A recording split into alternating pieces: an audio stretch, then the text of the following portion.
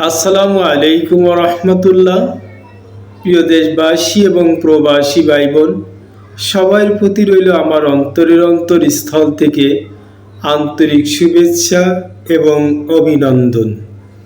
আজ আমি আপনাদের সামনে এমন একটি গুরুত্বপূর্ণ ভিডিও তুলে ধরছি, যে ভিডিওটি শুনলে অবশ্যই আপনাদের জীবনের এক মূল্যবান শিক্ষার অধ্যায় খুলে যাবে।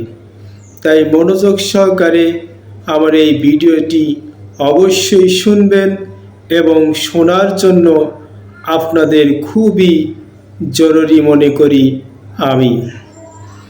আজকে যে কথাটি আপনাদের সামনে শেয়ার করব সেটি হলো ইসলামের 5টি স্তম্ভের অন্যতম একটি স্তম্ভ যাকাত। এই যাকাত দিলে কি হয় আর যাকাত না দিলে কি হয়, যাকাত কার কাছ থেকে কাকে দিতে হবে, সেই বিষয় সম্পর্কেই আজ আপনাদের সামনে দুটি কথা শেয়ার করছি।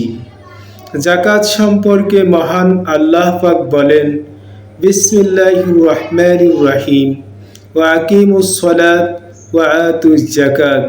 তোমরা সালাত কায়েম করো আর যাকাত আদায় করে দাও। যাকাত কি?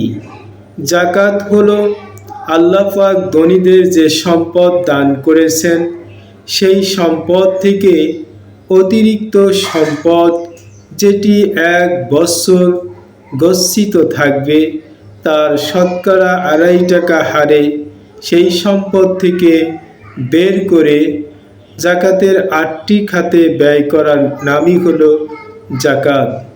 যাকাত শব্দের অর্থ হলো পবিত্রতা বা বৃদ্ধি। যেই সম্পদ থেকে যাকাত আদায় করা হয়, সেই সম্পদটা পবিত্র হয়। আর যদি যাকাত আদায় না করেন, তাহলে সেই সম্পদ পবিত্র হবে না। প্রিয় বন্ধুরা, যদি আল্লাহ তাআলা আপনাদেরকে যাকাত যোগ্য কোনো সম্পদ দান করে থাকেন, তাহলে নিঃসন্দেহে যাকাত আদায় করবেন। যদি যাকাত আদায় না করেন, তাহলে আপনারা মুসলমান থাকতে পারবেন না।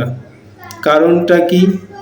কারণ হলো আপনি যাকাতকে অস্বীকার করেছেন, যাকাত আপনি দেননি। যার কারণে হযরত আয়েশা রাদিয়াল্লাহু তাআলা আনহা থেকে একটি হাদিস আছে, সংক্ষিপ্ত আকারে বলছি।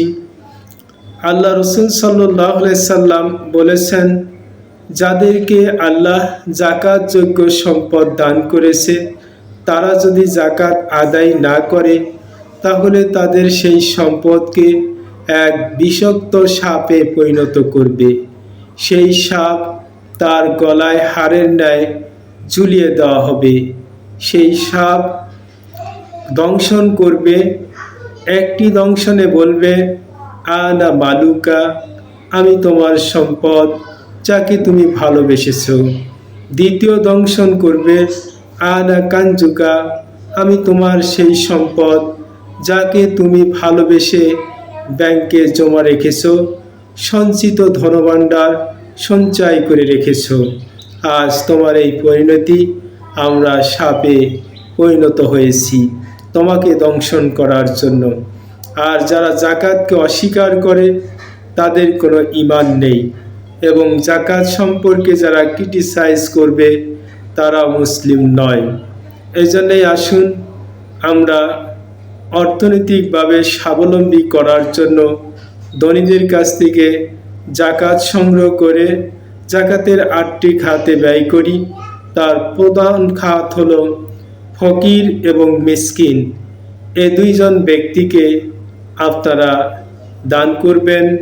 যাকাতের 8টি খাত, একটি হলো ফকির, 2 নম্বর মিসকিন, 3 নম্বর যাকাত আদায়কারী কর্মচারী, 3 নম্বর হলো চিত্ত আকর্ষণ বা মন জয় করতে এমন ব্যক্তিদেরকে দান করা, দাস মুক্তি, ঋণগ্রস্ত ব্যক্তিকে ঋণ মুক্ত করে দেওয়া, আল্লাহর পথে তথা ফি সাবিলিল্লাহর পথে অসহায় মুসাফিরকে এই যাকাত দিতে হয়।